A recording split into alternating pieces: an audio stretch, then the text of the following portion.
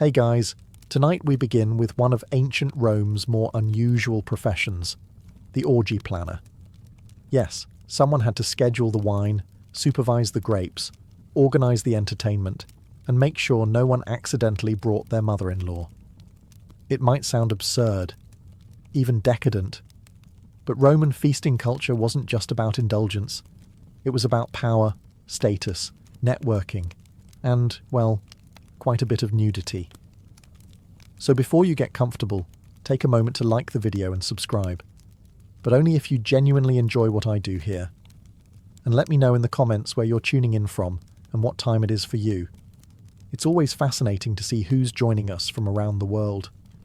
Now dim the lights, maybe turn on a fan for that soft background hum, and let's ease into tonight's journey together.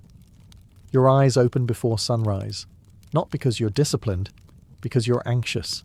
You're the planner of tonight's elite Roman orgy, which means your brain has already conjured 17 things that could go wrong before breakfast. Your sleeping mat is still warm, your tunic is wrinkled, and someone has already shoved a scroll under your door. It crackles ominously. You unroll it with the grim resolve of a soldier reading his draft notice. It's from your patron's wife, who would like to remind you that last time the rose petals were yellow, not red, and guests noticed. You haven't even touched your barley yet. Outside, Rome is just waking up. But you're already juggling flaming amphorae in your mind.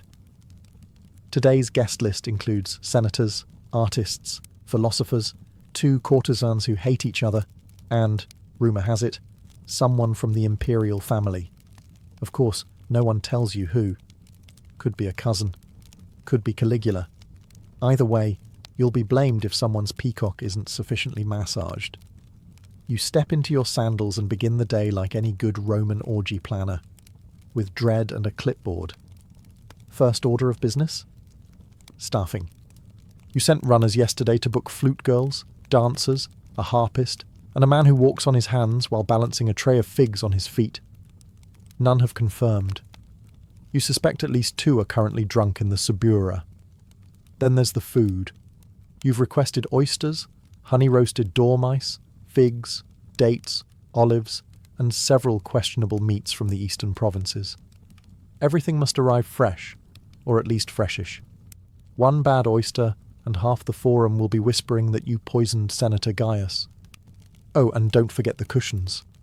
Last time, one of the divans collapsed under a toga-heavy magistrate, and the fallout was political. This time, the couches must be sturdy enough to handle whatever happens on them. And you know exactly what happens on them. The sun is barely up, and you're already sweating into your linen. You take a breath. You remind yourself, you are a professional, a maestro of madness, a choreographer of chaos. It's going to be a long day, but the cushions will be fluffed, the wine will be poured, and the guests will never know how close you came to screaming. Not yet, anyway. It's still early, and already you're unrolling a fresh scroll, today's updated guest list. You read it slowly, bracing for disaster. It's not a seating chart. It's a delicately balanced social powder keg with olives on top. Lucius Calpurnius Piso is attending, naturally. He comes to everything and always insists on reclining in the centre couch, preferably next to someone else's wife. Problem is, his wife, Aurelia, is also coming. She wasn't invited, but that's never stopped her before. You make a note. Separate couches, separate wine sources, and definitely no harp solos while they're both in the room. Last time, she threw a garum jug. Next, Senator Petronius Arbiter has accepted. A witty man, a dangerous man, known for his tongue, and not always in a poetic sense. You'll need to seat him far from Junius Blasus, whose poetry Petronius once described as a slow death written in metre. Then you spot it. Domitianus and 2 guests, unnamed. The vagueness is offensive. Could be respected clients, could be gladiators, could be a giraffe in a toga. You write flexible seating, West End, and move on. Now for the entertainers, 4 flute girls, 3 dancers, and the mime twins. That's already one more performer than Lucullus approves of. He considers mimes barbaric, His mistress, however, finds them delightful, and he finds his mistress's approval critical to his reputation. The guest list isn't just a set of names, it's a living map of ancient Roman tension. Politics, power, lust, family feuds, and vendettas, all reclining together on silk-covered couches, drinking from the same communal bowl of wine. And of course the real terror, someone important who wasn't invited. You can already hear the whispered accusations. It was intentional, a public insult. I'll never lend him my bath slaves again. You roll up the scroll. You make a new one. You draw arrows, add warnings, circle names. You're not planning a party. You're managing a live diplomatic simulation with aphrodisiacs and roasted dormice. Still, you've done this before. You'll do it again. You just hope, this time, no one stabs anyone over couch placement. Not like last spring. With the guest list finalised, or at least stable enough not to implode, it's time for the next crisis. Provisioning. Planning a Roman orgy isn't about pouring wine and lighting torches. It's about curating a menu so decadent it makes the gods feel underdressed. Your list is already 3 tablets long. Let's start with the basics. Wine. Not just any wine, it must be Falernian, aged and expensive enough to make your sponsor wince. You write 3 amphorae Falernian, 2 of Cacuban for show, 1 of vinegar to serve to the guests who arrive late. Next, oysters, imported fresh from Baiae. Must be alive when they arrive, or at least convincingly moist. You send a note to the seafood vendor reminding him that last time, half the oysters were already dead, and one guest declared it an omen. He's still recovering. Then there's honey-roasted dormice, a staple of Roman decadence. Rolled in poppy seeds and dipped in honey, they must be plump, not stringy. You ask for 50. You'll receive 35. Half will still twitch. You add roasted peacock, stuffed sow's udder, dates from Judea, figs from Carthage, and cheese wrapped in vine leaves.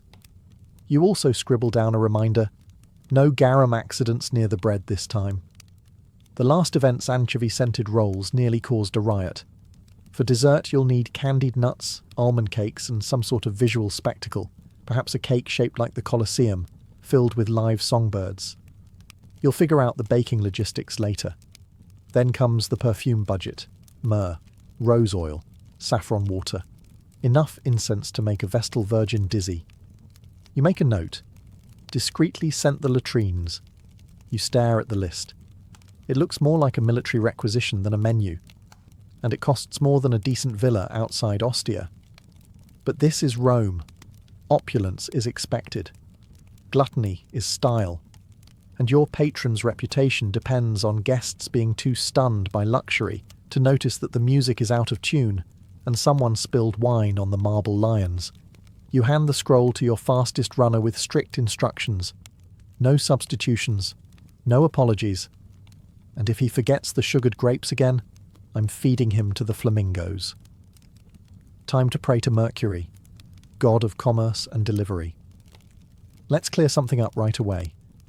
A vomitorium isn't what you think it is. No, Romans didn't build special rooms just to purge mid-feast and make room for more peacock.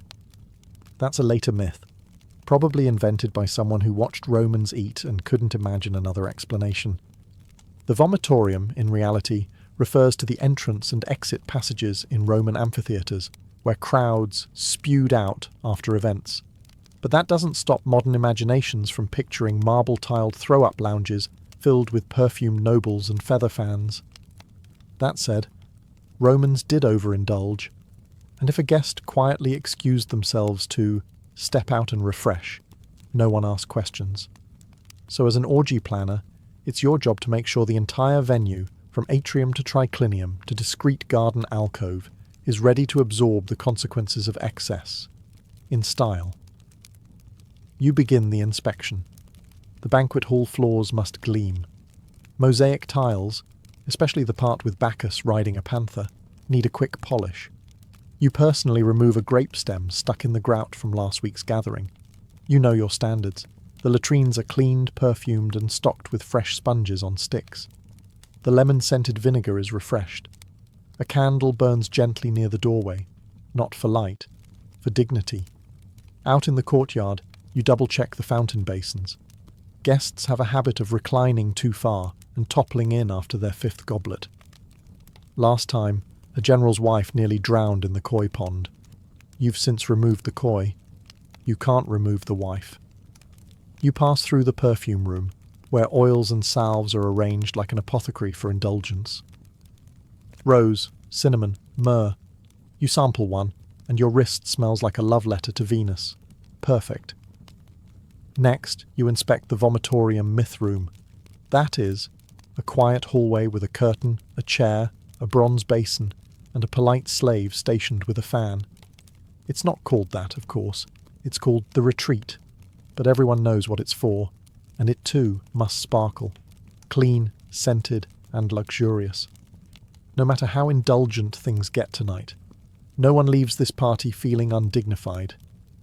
If they do purge, they'll do it surrounded by polished marble and tasteful murals of satyrs. That's your promise. It's mid-morning, and it's time for the most delicate part of your job. Not selecting wines, not managing nobles, but addressing the staff. A Roman feast of this magnitude requires people. Lots of people. And none of them woke up today hoping to be part of another nobleman's indulgent fever dream. You gather the team in the atrium, 23 bodies, each with a role.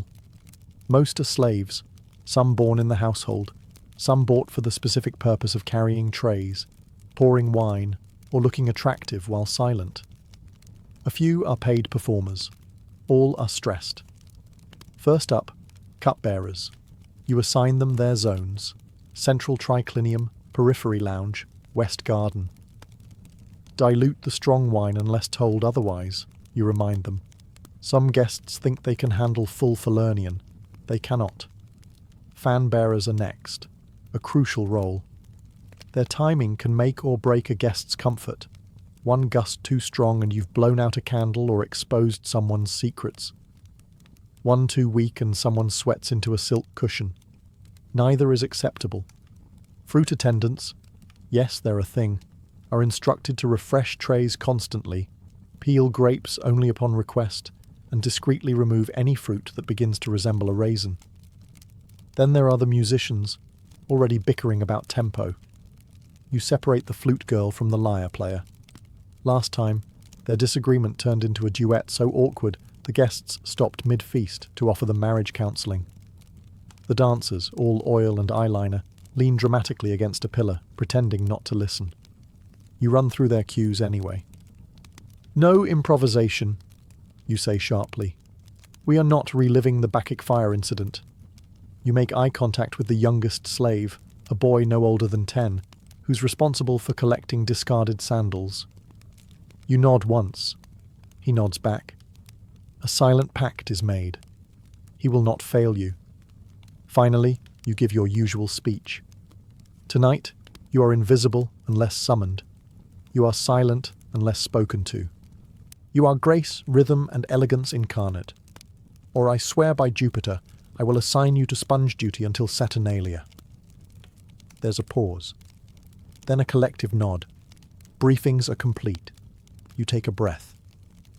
The human engine behind Roman debauchery is oiled, powdered, and aligned. For now.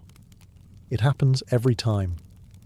The invitations go out, the wine arrives, the silk cushions are plumped, and just when you begin to feel marginally in control, someone hurries into the atrium, out of breath, with that familiar look. The musicians haven't arrived. Of course they haven't. You grit your teeth.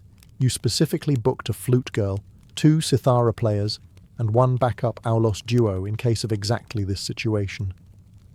And yet, here you are, staring down the barrel of silence at a party where silence is considered a civic offence. You send your most reliable runner to the Subura district, Rome's chaotic marketplace of noise, smells, and bad decisions. Find them, you instruct, alive, conscious, and dressed.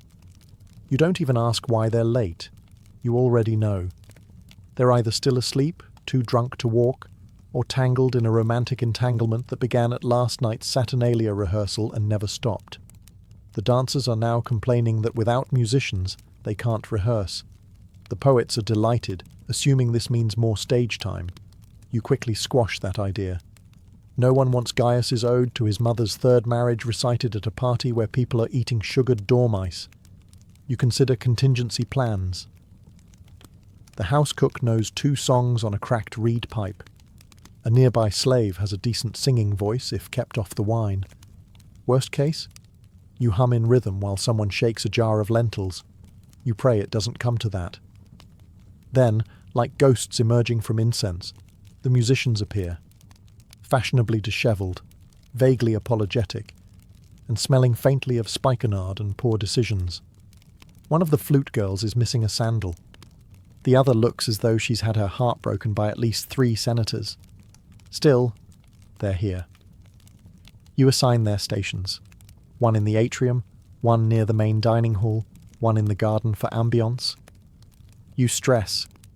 No dramatic tempo shifts, no dirges, no impromptu solos unless someone's actually dying.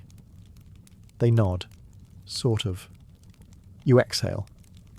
Crisis averted. For now. But you keep your eye on the lyre player. He's tuning it slowly, lovingly. Far too lovingly for someone who isn't about to ruin everything with an improvised love ballad. You make a note. Station him near the door. Easy removal. If music is the soul of the party, seating is the strategy. You're not just placing guests on couches. You're navigating rivalries, romances, and enough unspoken tension to collapse a marble villa. The Roman triclinium, the classic 3-couch setup, seats 9. Technically. Comfortably. Closer to 7 if no one brings their pet leopard. You begin by sketching it all out on a wax tablet, muttering to yourself like a general planning a siege. Centre couch? That's where the status goes. The summus locus, the place of honour, is reserved for the guest of highest rank. Unfortunately, 2 people think they're that person. Senator Piso and Governor Crispus both claim the title by birth, marriage, and sheer self-confidence. You'll need to decide who gets the top spot and who gets mildly poisoned wine. You also need to keep lovers near each other, but not too near, unless they're ex-lovers, in which case they must be divided by an entire bowl of olives and someone charming but very boring in between.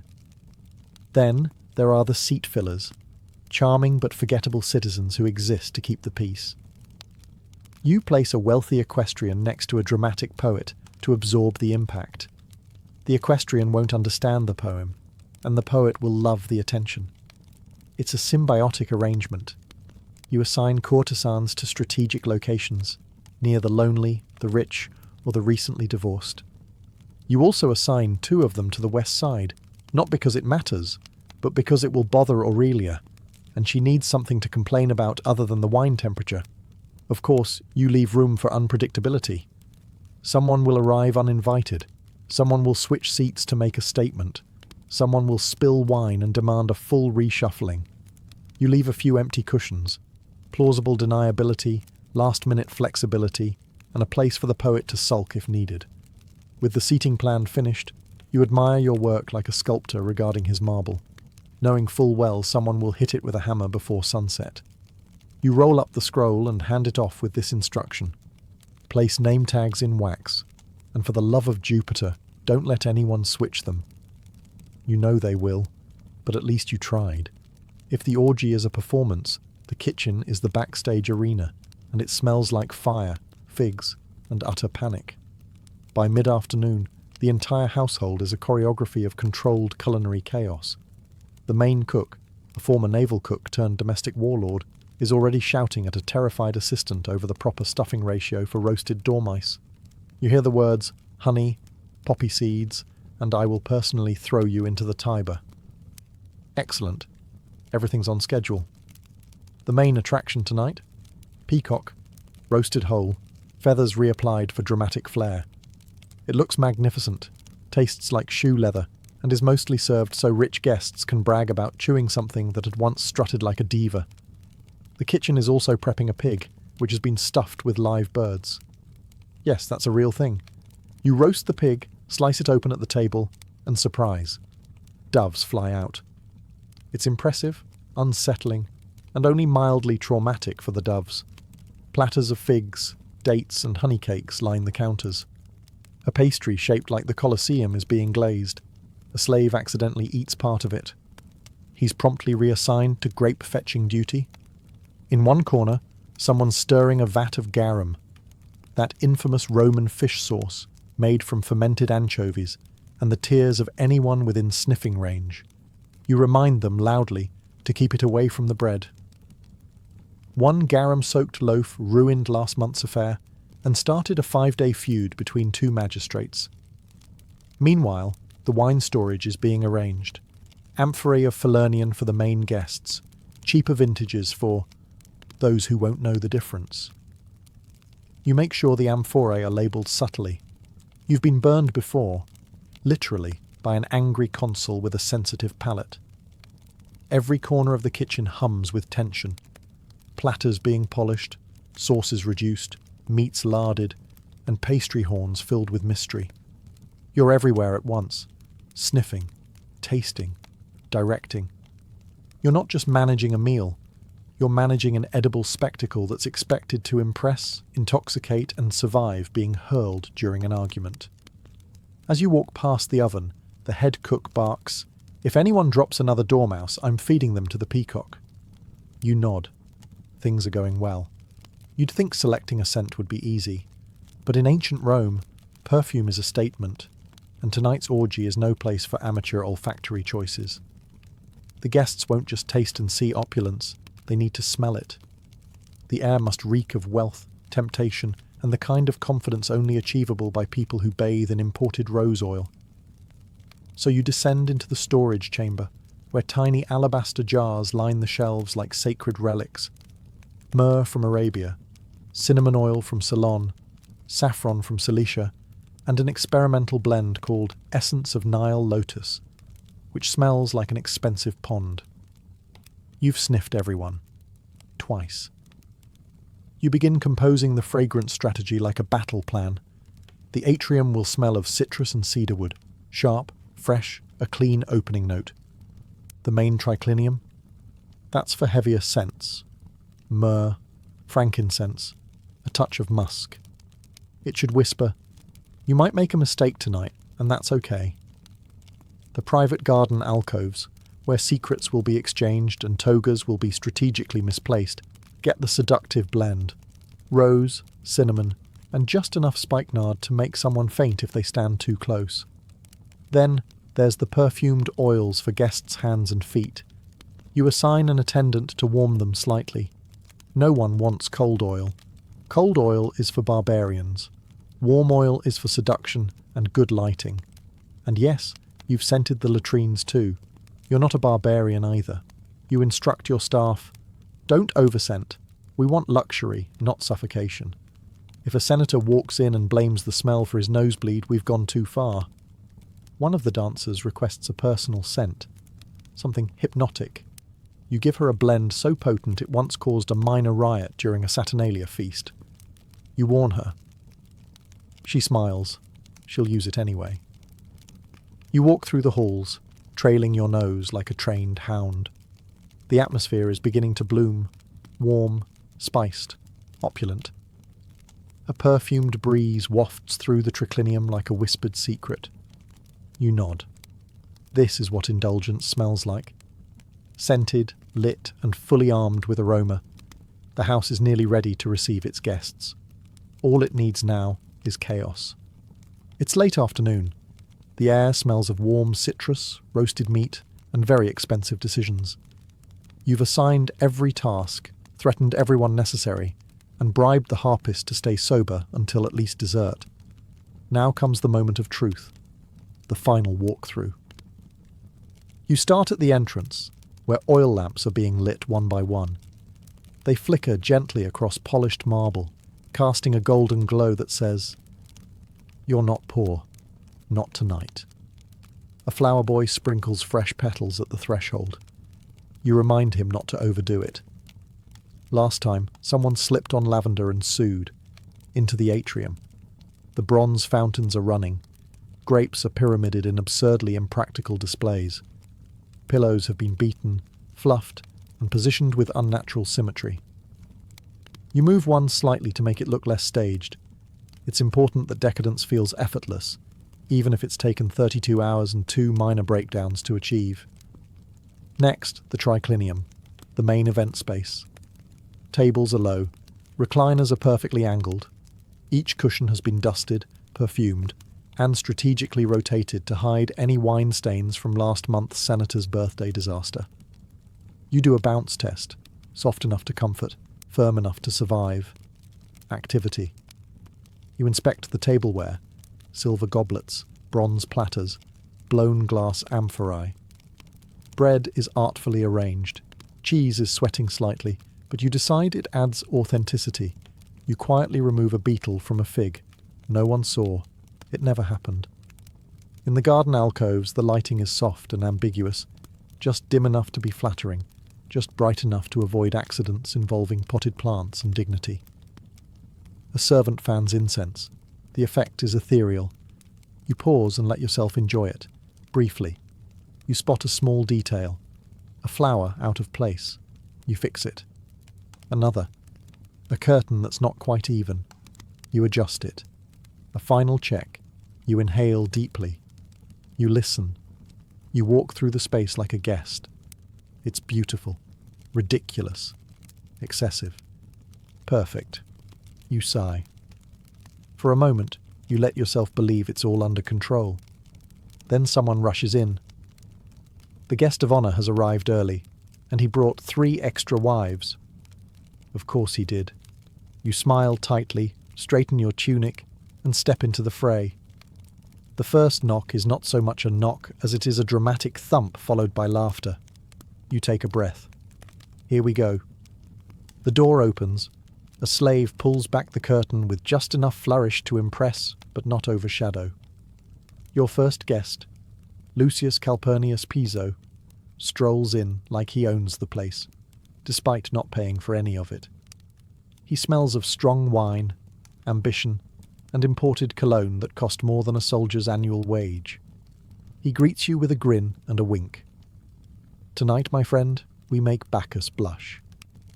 Behind him, a trail of courtesans, a minor poet, and a man carrying a small lyre who may or may not be invited. You decide not to check. Guests begin pouring in, flowing robes, gold-threaded tunics, embroidered sandals, and expressions of affected boredom. They've all arrived early to show they're important, and they've all had at least one drink to show they're relaxed. You mentally recalibrate the wine rations. A slave offers perfumed towels. Another presents rosewater. One guest refuses both and instead demands a small amphora of something more Dionysian. You give him spiced wine. He calls it intellectual. You don't correct him. The garden fills with murmurs, introductions, judgments, hushed conversations that are somehow louder than actual conversation. Someone's already asked where the flute girls are. Someone else is eyeing the fruit pile like it owes them money. You keep moving, nodding, adjusting. You separate 2 senators who haven't spoken since the goat insult incident. You notice that Governor Crispus is reclining far too close to someone else's wife, and that the poets are gathering in a corner like storm clouds. One of the dancers strays too early into the centre. You snap your fingers. Not yet. Timing matters. If everything begins too soon, it loses mystery. If it begins too late, guests complain. You want suspense. You want smouldering scandal. You pass a serving tray, discreetly pluck a grape, and keep walking. You spot one guest already snoring on a cushion, another polishing a dagger with butter. So yes, it's going well. For a Roman orgy, controlled chaos is the highest compliment. And tonight, you're almost insulted. The lyres are tuned. The flute girls are finally sober, or at least balanced, and the dancers are oiling their limbs like they're about to go into battle. You give the nod. The entertainment begins.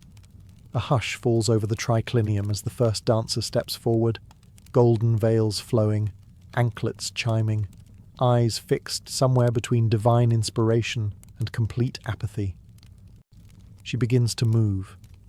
It's graceful, hypnotic, and exactly the level of theatrical sensuality that makes elderly senators feel poetic. The flute joins in, slow, spiraling notes that float through the perfumed air like incense. For a brief, beautiful moment, the entire feast slips into rhythm. Chewing slows, conversations hush, even the poet stops trying to recite. But then, of course, something goes off script. A guest demands a reenactment of the myth of Leda and the Swan. Another counters, no, Orpheus in the underworld, with real torches this time. A third suggests something involving naked gladiators, a water jug, and interpretive juggling. You smile politely and assure them it's all part of the plan.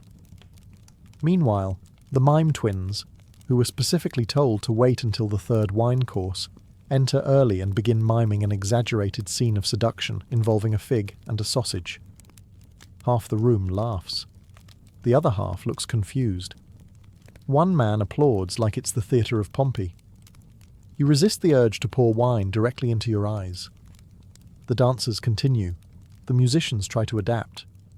You spot the harpist improvising something mournful, possibly because she's just realised she's playing in the wrong key.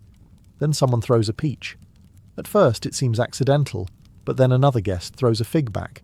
Now it's participatory. You step in quickly, raise your hand, and declare it a symbolic offering to Bacchus. Everyone cheers. Crisis averted. You make a note to never serve throwable fruit again. The entertainment surges forward. Music, movement, whispers, laughter.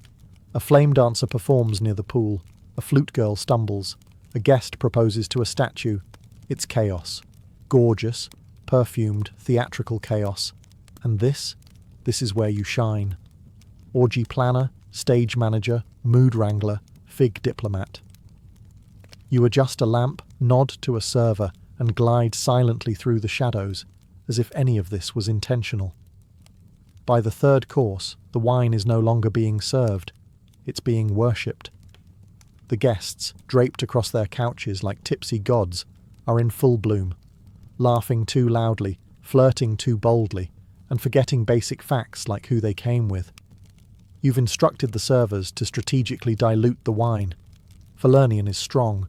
One amphora can convince a senator to sing poetry or confess to tax fraud. You water down the wine for the ambitious and leave it pure for the already hopeless. It's diplomacy by the jug. The conversations grow less philosophical, more personal. A young patrician loudly compares his wealth to Jupiter's. A merchant brags about owning 3 villas and a camel. A woman in pearls whispers a joke about the emperor's feet. You pretend not to hear. If she gets exiled, you'll miss her. She's great with seating arrangements. Across the hall, a poet is trying to seduce a philosopher using verse that sounds suspiciously plagiarized. You walk past just in time to hear, "Your eyes are like olives, dark and briny." You do not intervene. Meanwhile, 2 courtesans are locked in a passive-aggressive compliment battle. Each smile is a dagger. Each laugh carries the scent of strategic murder. One gifts the other a fig. You take a mental note. Remove all figs by dessert. And of course, in the back corner, someone has decided to start a drinking game involving gladiator trivia. "Name 3 famous duels or drink," someone shouts. A minor senator tries to fake his way through an answer. He's booed. He drinks. He collapses gently into a pillow and begins quoting Virgil. In the garden, a guest is giving a speech. He believes he's being profound. He's actually just explaining how many slaves it takes to keep a marble fountain clean. No one stops him. It's tradition. The wine flows faster now. Amphorae are opened like promises. Cups are never empty. Boundaries blur. Names are forgotten.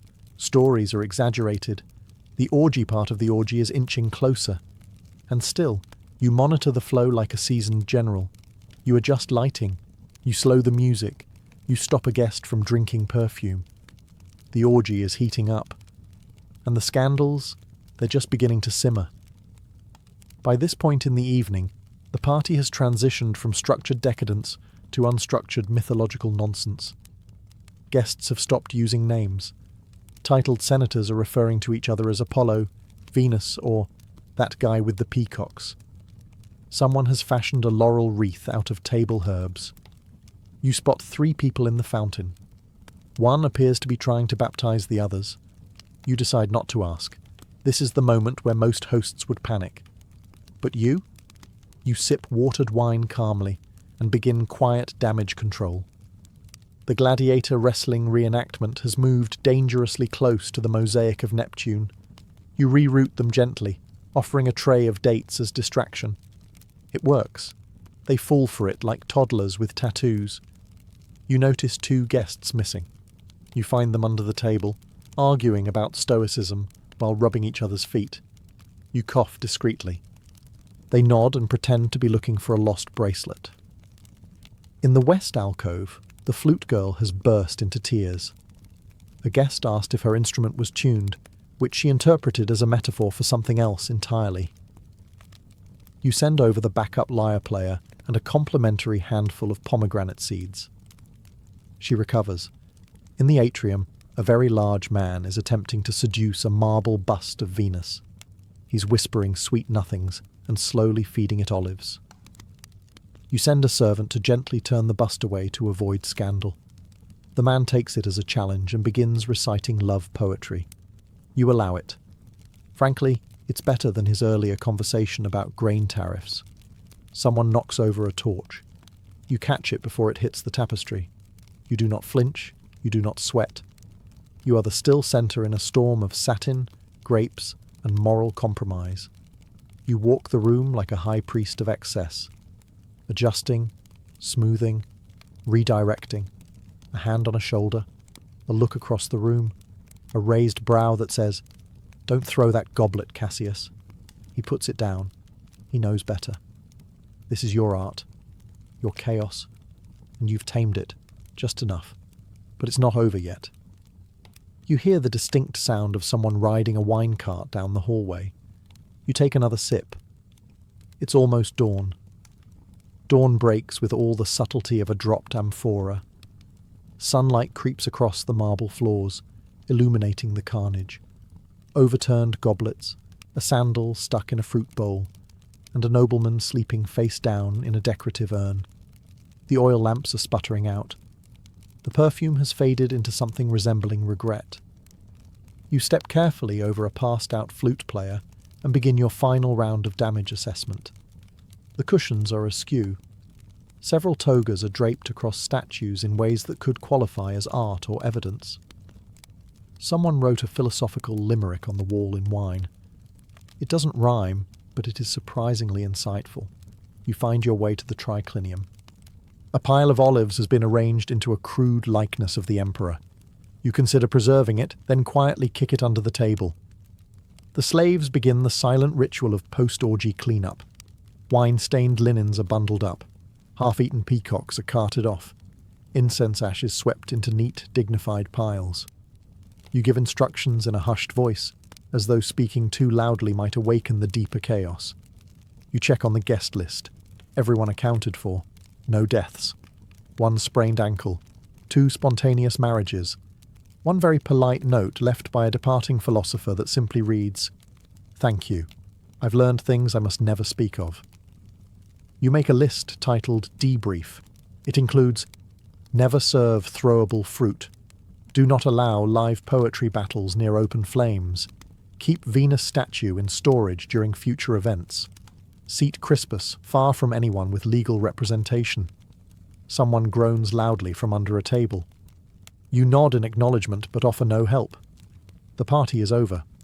Everyone must face their own consequences. In the garden, doves are still wandering from the pig-burst performance. You gently herd them into a corner and throw them some leftover candied almonds. They deserve something sweet after the evening they've endured.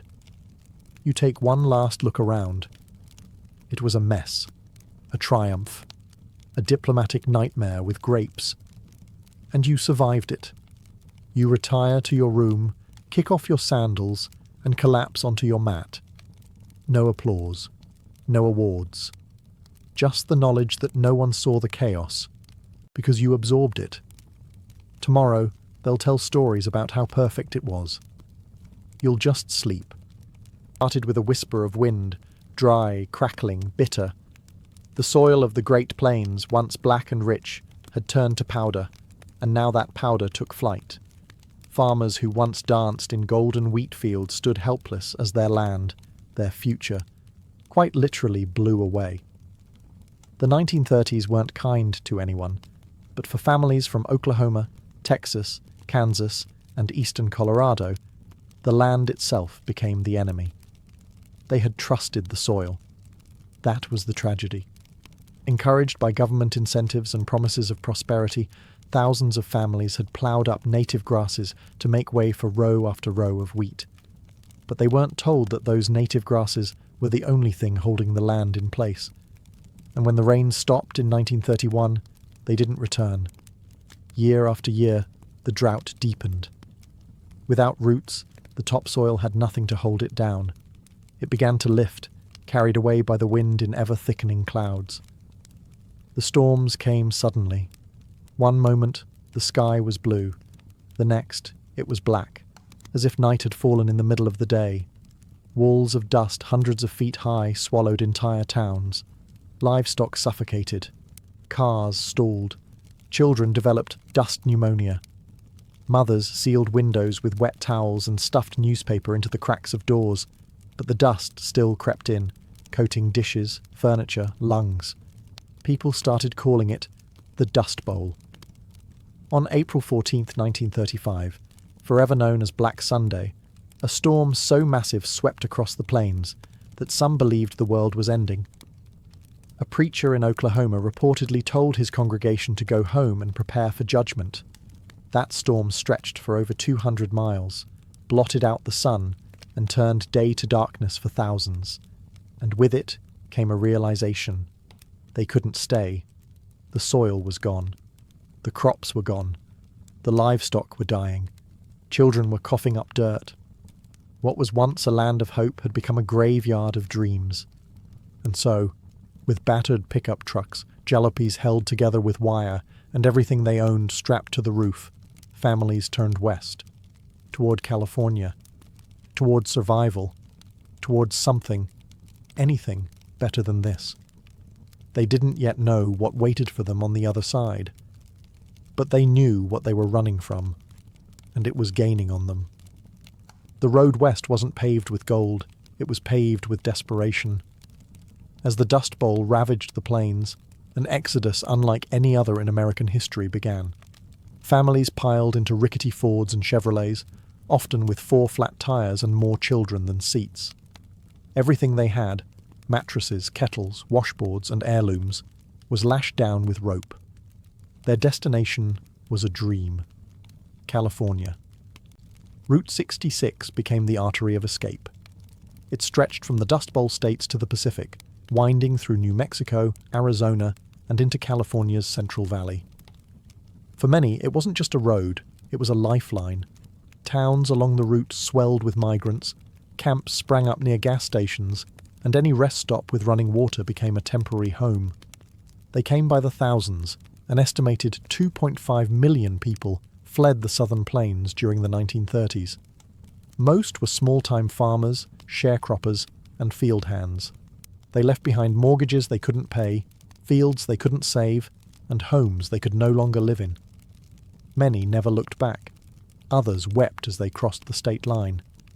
But California wasn't the promised land they had imagined. Newspaper ads had promised farm jobs and lush fields, but the reality was far harsher. By the time most migrants arrived, the Great Depression had already choked off much of the economy.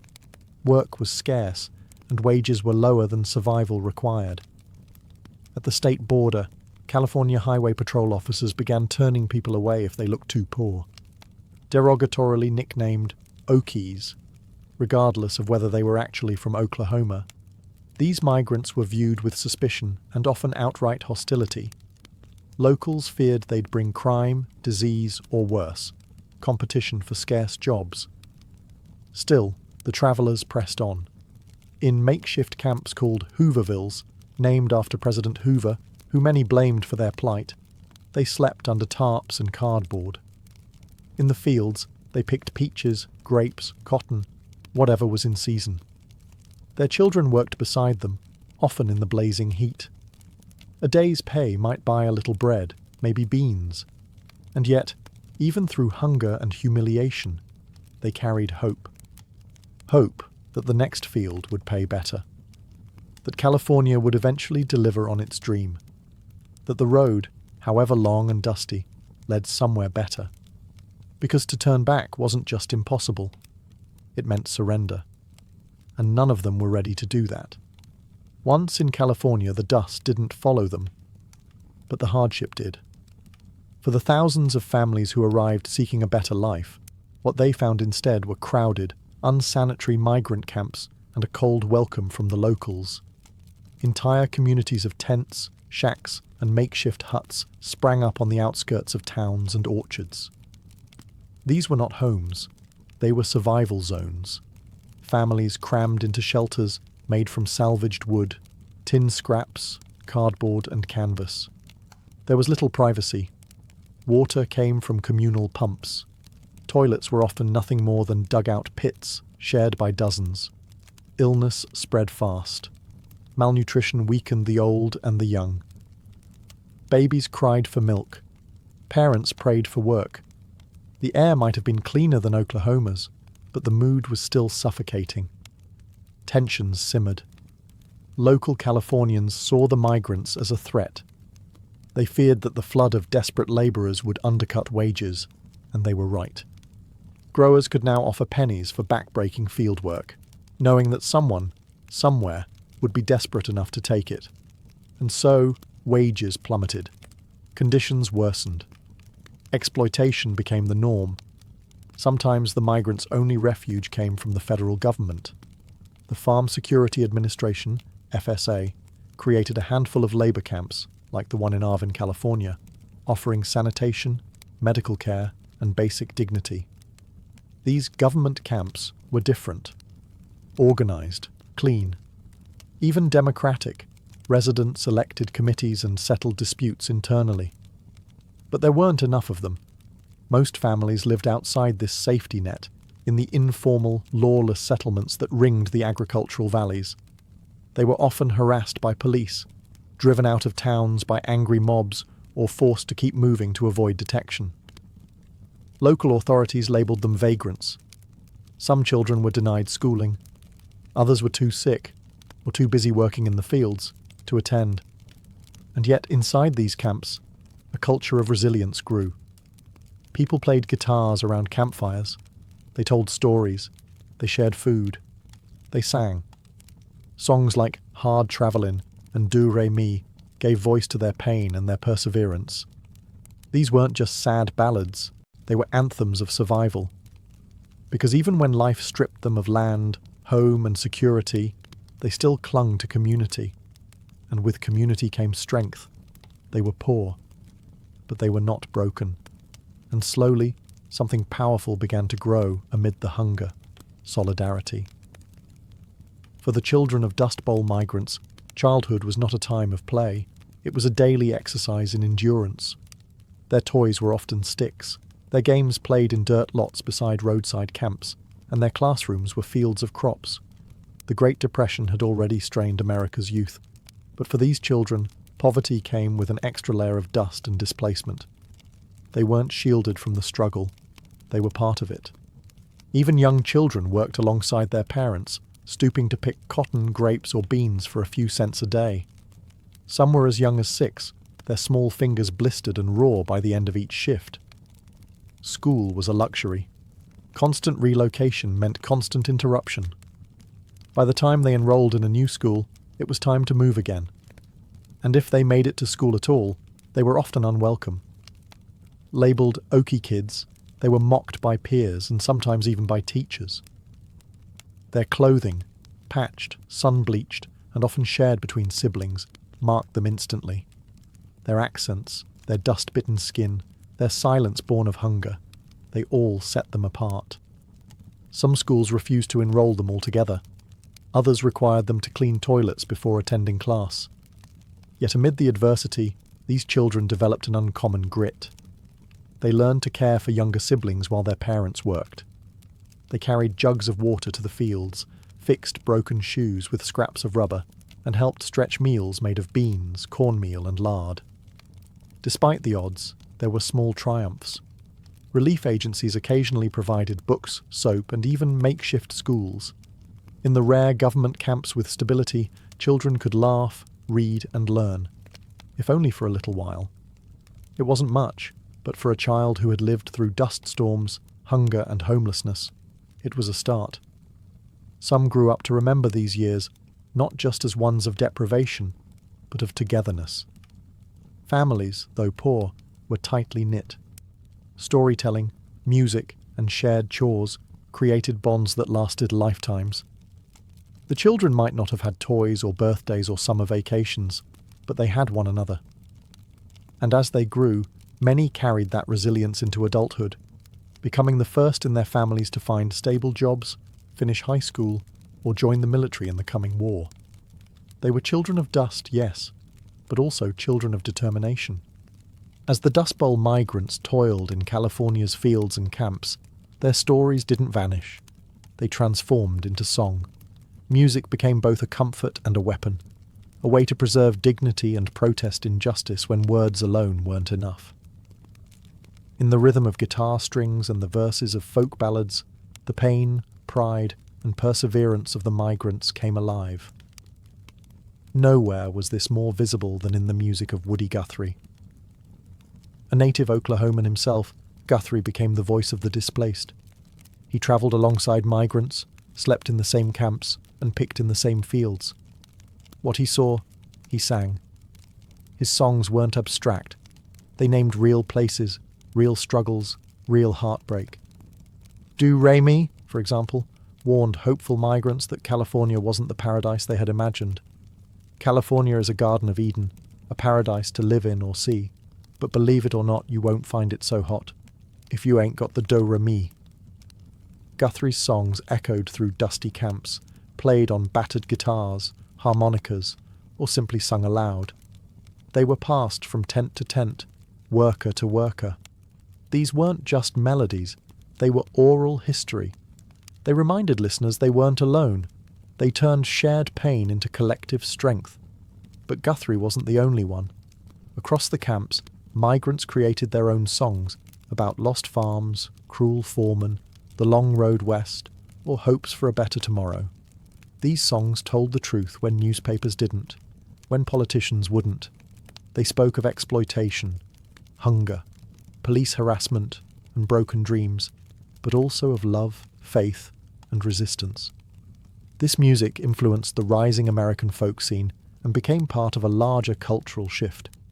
It exposed listeners beyond California to the harsh reality of life for Dust Bowl refugees. It built empathy. It planted seeds of activism. Over time, these songs helped fuel support for reform. They humanized statistics. They pierced through indifference. They challenged the narrative that the migrants were lazy or unwanted. In melody, they proved otherwise. Because when the land failed, and the work was cruel, and the people were hostile, there was still the music. It fed souls when bodies starved. It gave voice to the voiceless. And it reminded every man, woman, and child beneath a canvas roof, you matter, you belong, you endure. The migrants had their songs, but they also found a voice in literature, one that would echo far beyond the camps and fields. That voice belonged to John Steinbeck, a California native who witnessed the Dust Bowl migration firsthand and transformed the plight of the displaced into one of the most powerful novels in American history, The Grapes of Wrath. Published in 1939, The Grapes of Wrath followed the fictional Joad family, Okies from Oklahoma, as they made the harrowing journey west and encountered the brutal realities of migrant life. But while the characters were fictional, their suffering was very real. Steinbeck had travelled through migrant camps, spoken with families, and documented their lives in searing detail. He was outraged by what he saw: malnutrition, police violence, wage theft, and the erosion of human dignity. His words were not gentle. They were raw, furious, and unflinching. He described babies starving to death, men breaking under humiliation, women doing back-breaking labour while hiding pregnancies. Steinbeck didn't romanticize the poor. He honoured them. He saw in them a resilience that refused to die. The novel sparked a firestorm. Some called it un-American. Growers and local officials denounced Steinbeck, accusing him of exaggeration and slander. One California Chamber of Commerce even burned copies of the book, but readers across the country couldn't look away.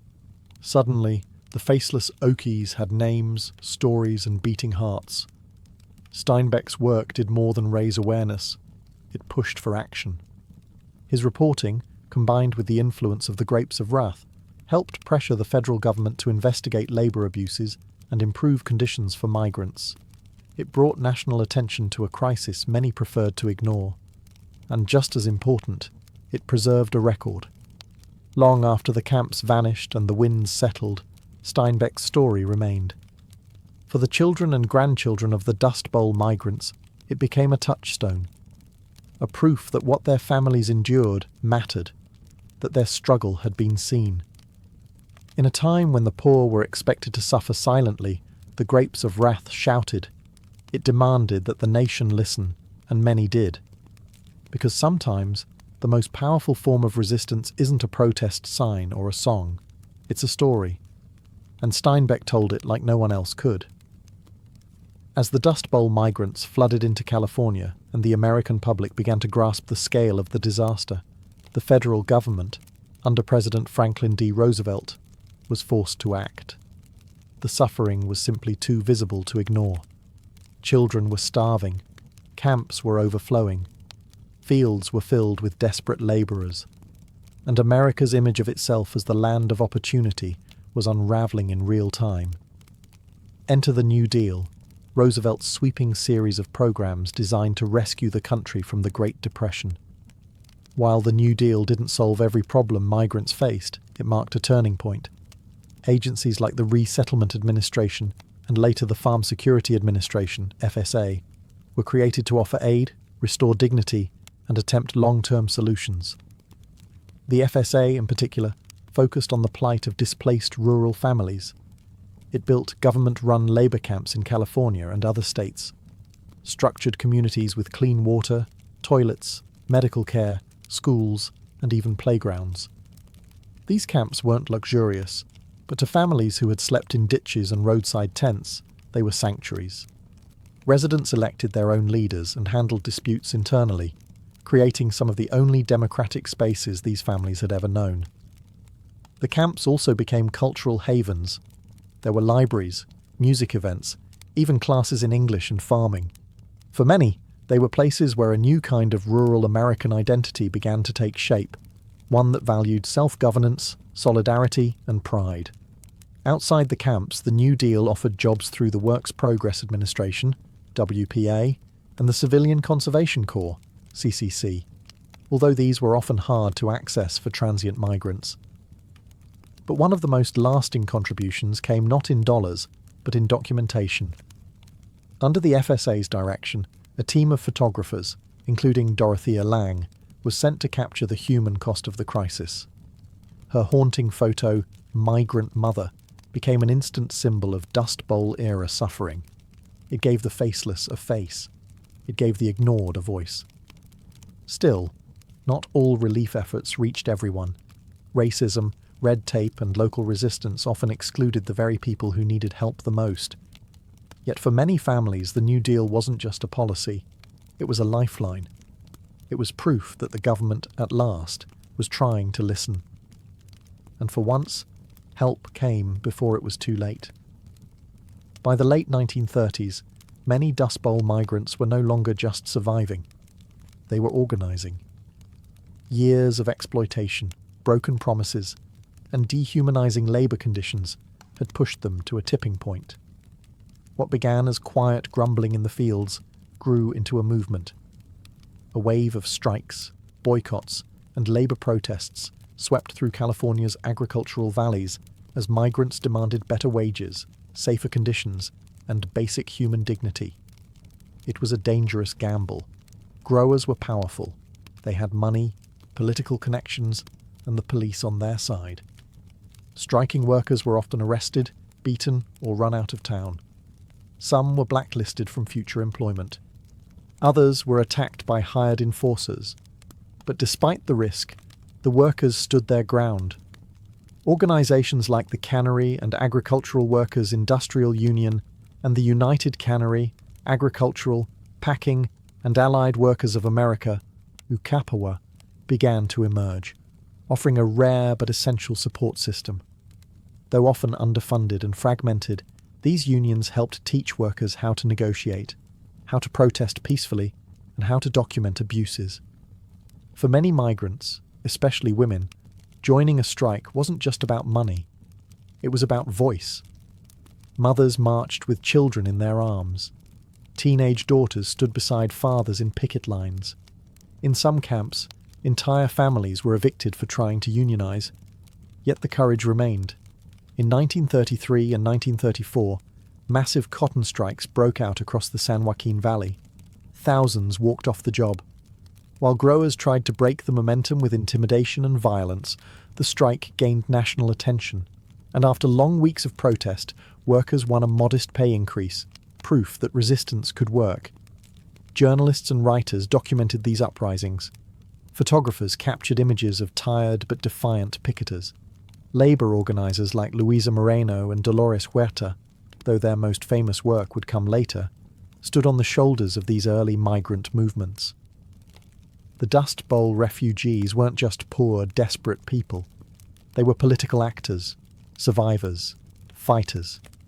Even as their accents marked them as outsiders and their clothes betrayed their poverty, they refused to be silenced. They were no longer just victims of weather and economics. They were now shaping the narrative. In standing up for themselves, they began to change not just their own lives, but the future of labour in America. And their fight was just beginning. By the early 1940s, the worst of the Dust Bowl had passed. Rain finally returned to the plains. The economy, bolstered by the demands of World War II, began to recover. Many migrant families who had once wandered from field to field found permanent homes, steady work, and a fragile sense of normalcy. But the migration had already left a deep, irreversible mark on American society, culturally, politically, and emotionally. The children who once picked fruit under a blazing sun grew up to serve in the military, attend college through the GI Bill, and raise families of their own. Some became farmers again, this time with greater respect for conservation and the land. Others moved to cities like Los Angeles and Bakersfield, laying the foundation for working-class neighborhoods that still exist today. Culturally, the Dust Bowl migration reshaped California. Once seen as outsiders, Okies gradually became part of the fabric of the state. Their music, language, and values blended with local traditions, giving rise to new genres, like the Bakersfield sound in country music, made famous by artists like Merle Haggard, himself the son of migrants. The pain and pride of those years never vanished. They just found new ways to speak. In literature, The Grapes of Wrath became a permanent fixture on American bookshelves, a reminder of both the nation's cruelty and its capacity for compassion. In politics, the Dust Bowl era helped fuel the labor rights movement, land conservation efforts, and broader awareness of the need for a social safety net. The lessons weren't just historical, they were environmental. The Dust Bowl taught America the danger of abusing the land.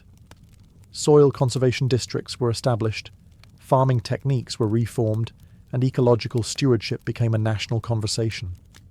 The wounds left by reckless agriculture were deep, but not forgotten. And perhaps the most enduring legacy was that of resilience. These migrants had faced nature's wrath, economic collapse, hunger, and hate. They had been spat on, shut out, and shoved aside. But they endured, they adapted, and they helped build the modern West. Today, descendants of Dust Bowl migrants still carry the stories of hardship and grit. In dusty family albums, in old camp photos, in the chords of a Guthrie song, they remember. Because the Dust Bowl wasn't just a disaster, it was a defining chapter of American identity. One written in dust, yes, but also in determination. Imagine a world with no paper, no books, no Google, just memory and voice. That was the reality for nearly all human societies for most of our existence. Long before alphabets were carved into stone or ink flowed onto parchment, Knowledge was preserved in stories, songs, and spoken rituals. Oral tradition wasn't just a method of sharing information. It was the primary engine of civilization itself. In these societies, memory was a sacred duty. Stories weren't told for entertainment alone. They were the vessels of identity, law, morality, and survival. Elders passed on creation myths, ancestral lineages, laws, customs, and taboos. Farmers learned planting cycles from seasonal chants. Hunters remembered terrain through rhythmic recitations. Parents taught children life lessons through fables and parables. Everything essential, who we are, where we come from, how to live, was carried in the voice. Because there was no written backup, accuracy mattered. Oral cultures developed sophisticated memory techniques to preserve knowledge. Rhythm, rhyme, meter, repetition. These weren't stylistic choices. They were mnemonic devices. Stories had structure for a reason. Chants and epics were designed to be unforgettable, and they had to be. In a world where the past lived only in minds and mouths, forgetting wasn't just a lapse. It was a cultural crisis. But oral tradition was never static. It was flexible, responsive. Each retelling carried a pulse of the present. A storyteller might adjust a tale for a new audience, or shift emphasis depending on context. This made oral knowledge both enduring and adaptable, a living, breathing archive. It wasn't stored on dusty shelves. It walked, talked, danced, and sang. Storytellers themselves held immense social power. In many cultures they were revered. They weren't just performers. They were memory keepers, truth bearers.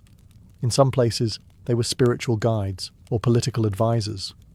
In others, they held the sole responsibility for preserving centuries of wisdom.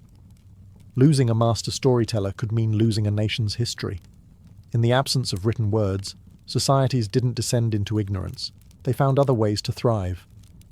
Oral tradition ensured continuity across generations. It stitched time together. It connected the dead to the living, the individual to the community, the past to the future. And in many corners of the world, it still does. In the heart of West Africa, history walks and talks. It sings.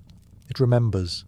It lives in the voice of the griot, a figure who is at once historian, storyteller, musician, genealogist, diplomat, and spiritual guide.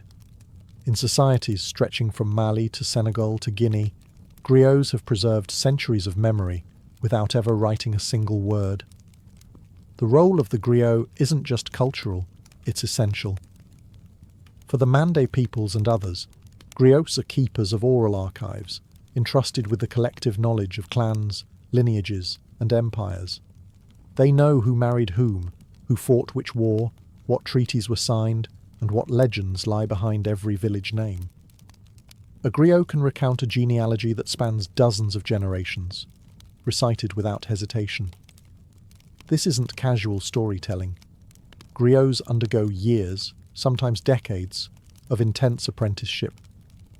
From a young age, they are trained to memorize thousands of lines of verse, master complex melodies on traditional instruments like the kora, and understand the historical, political, and spiritual weight behind each word.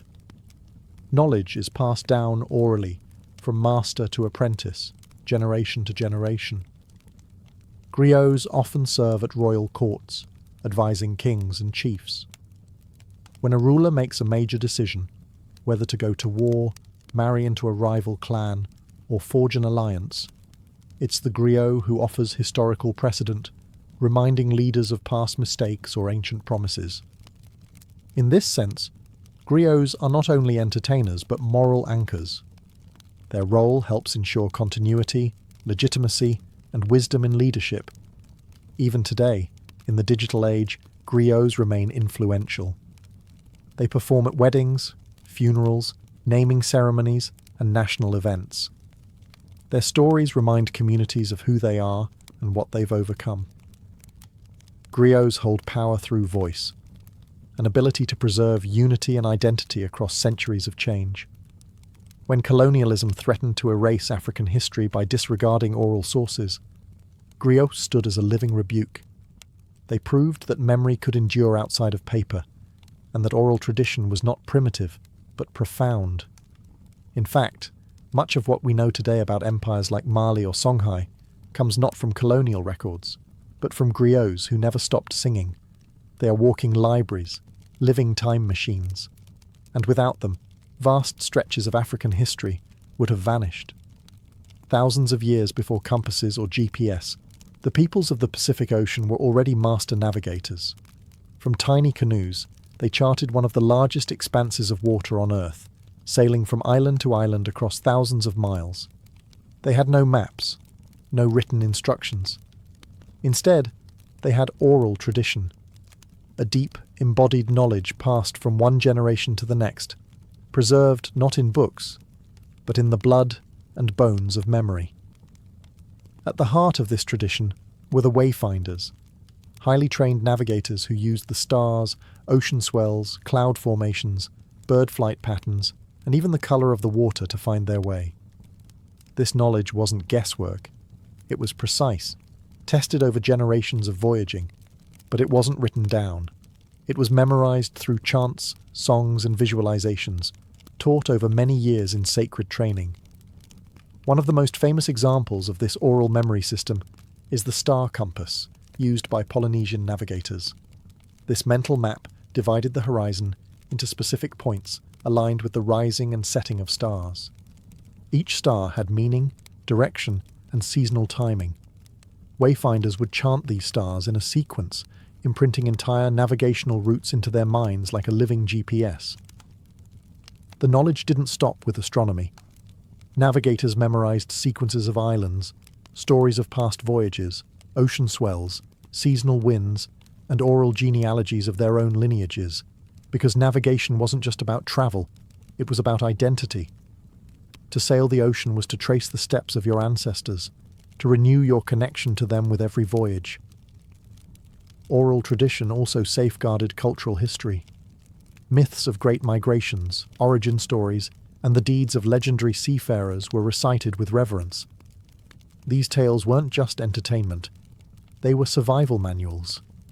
They told when and where to travel, where fresh water could be found, what reefs to avoid, and what omens to heed. When European explorers arrived in the Pacific, they marveled at the accuracy of these navigators. Some dismissed their knowledge as luck or instinct, but centuries later, modern researchers began to rediscover the immense cognitive sophistication behind it. Today, Polynesian voyaging societies are reviving these oral traditions, training new generations in the art of wayfinding without technology. Because in Polynesia, to remember is to navigate, to speak is to sail, and to forget is to be lost at sea. Long before the written word carved its place in Greek culture, bards travelled from town to town, reciting epic tales that would define Western literature. Among these storytellers was a name that echoed through millennia: Homer. Whether he was a single historical figure or a composite of many voices, Homer's Iliad and Odyssey are towering testaments to the power of oral tradition. These weren't simply stories, they were living performances. Recited aloud, often accompanied by the lyre, Homeric epics were transmitted from bard to bard, memorized in their entirety. The Iliad alone contains over 15,000 lines of verse. How could one possibly remember it all? The answer lies in the architecture of oral composition, formulaic language, repetition, epithets like rosy-fingered dawn or swift-footed Achilles. These repeated phrases weren't just poetic flourishes, they were memory aids, cues embedded in the narrative to help the performer stay on track. This method of oral composition allowed for flexibility. No two recitations were ever exactly the same. A bard could expand or shorten the story depending on the audience, weaving in local heroes or emphasizing different emotional beats. In this way, oral tradition allowed the epics to remain relevant, reshaped by each generation, even as their core remained intact. Homeric epics were more than entertainment. They were moral instruction, historical memory, and collective identity. Through the stories of Troy and Odysseus, Greek audiences absorbed lessons on honor, loyalty, cunning, fate, and the will of the gods. The performances bound communities together, reinforcing shared values and reminding listeners of their place in the tapestry of myth and memory. Even after the invention of writing, Homer's works continued to be performed aloud for centuries. The Greeks eventually committed the epics to text, but by then they had already left their imprint on Greek thought, education, and religion. They became cornerstones of classical learning, recited in schools and echoed in the works of philosophers and playwrights. The survival of Homer's tales is a triumph of the oral world. They weren't etched in stone, yet they endured longer than many civilizations. They remind us that human memory, when nurtured and structured, can rival the permanence of books. Because in ancient Greece, to recite Homer wasn't just to tell a story, it was to hold history in your breath. Long before European contact, the indigenous peoples of North America had built rich, complex civilizations without the use of written language. Their histories, laws, cosmologies, and scientific knowledge were preserved entirely through oral tradition. For these communities, spoken word was not merely a method of communication, it was a sacred force. Stories were not just told, they were shared, passed like ceremonial objects, with reverence and responsibility. Each nation, whether the Haudenosaunee, Lakota, Navajo, or Hopi, had its own oral systems, suited to its landscape, cosmology, and social structure. Creation stories explained not just how the world began, but how humans were meant to live within it. Animal fables taught values like respect, courage, and humility. Historical narratives preserved records of migration, warfare, treaties, and contact with outsiders. These stories were often told during winter, when families gathered in longhouses or around fire circles, reinforcing identity and kinship. The storytellers, often elders or spiritual leaders, were chosen not just for their memory, but for their integrity. They had to be exact. Embellishment wasn't encouraged unless it served a ritual purpose. Many stories had strict patterns, sacred sequences, and proper openings. A story mistold wasn't just inaccurate, it was disrespectful. Beyond history and myth, oral tradition also preserved practical knowledge. Indigenous fire ecology, agricultural systems, astronomical tracking, and herbal medicine were passed orally across centuries. The knowledge of when to plant, where to hunt, how to interpret the stars, or what plants healed wounds. This wasn't written in manuals. It was spoken from elder to youth, often in the form of story, song, or ceremony. Even diplomacy was rooted in oral memory. The Haudenosaunee Confederacy, one of the world's oldest participatory democracies, relied on oral recitation of its great law of peace, an epic constitution preserved through wampum belts and ceremonial speech, not parchment. When European colonists arrived, they often dismissed oral culture as inferior, not realizing they were speaking to societies with deep intellectual and legal traditions. In many communities today, that spoken world survives. Despite centuries of forced assimilation and cultural erasure, Indigenous elders still pass on songs, names, and wisdom. Some tribes are revitalizing endangered languages by reviving storytelling ceremonies, knowing that when language dies, stories die too. But as long as a voice remains, memory survives. And through it, nations endure. Long before holy books were bound in leather and placed on altars, the sacred moved through speech. In nearly every major religious tradition, the earliest teachings were carried not on scrolls but in the human voice, recited, memorized, and preserved by devoted followers. Oral tradition wasn't just a method of communication in these faiths, it was the very vehicle of revelation.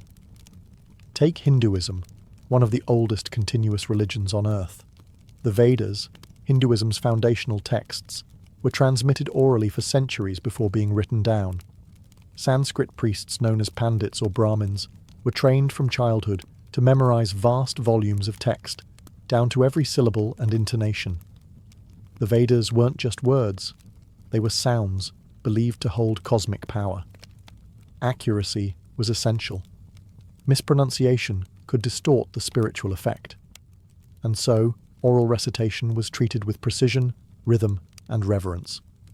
In Islam, the Quran is considered by believers to be the literal word of God as revealed to the Prophet Muhammad, not written, but recited. Even today, millions of Muslims memorize the Quran in its entirety, a practice known as becoming a hafiz. The oral tradition here isn't a supplement to the text, it's central. The melodic cadence of Quranic recitation, passed from teacher to student, sustains spiritual meaning and connects the listener to centuries of unbroken transmission. Christianity also began as an oral tradition. The stories of Jesus, the parables, the early miracles, they were shared aloud in gatherings before the Gospels were ever written. Early Christian preachers travelled from village to village, speaking to crowds, debating, converting. Even after the New Testament was compiled, most congregants couldn't read. Faith was still heard, not read. Psalms were sung. Sermons were preached. Scripture lived in ears before eyes. In Judaism, oral tradition forms the backbone of rabbinic teaching. The Mishnah and Talmud, key texts of Jewish law and interpretation, were initially preserved through complex oral chains of transmission. Rabbis debated and discussed teachings aloud, often committing thousands of lines to memory before anything was committed to ink. Across faiths, oral tradition ensured that the divine remained living, dynamic, spoken, and sung.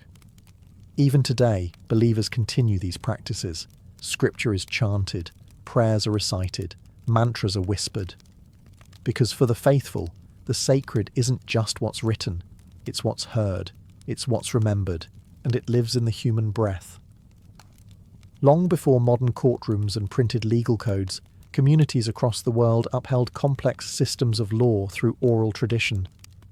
Justice wasn't dispensed by reading from a book, it was spoken, memorized, and performed.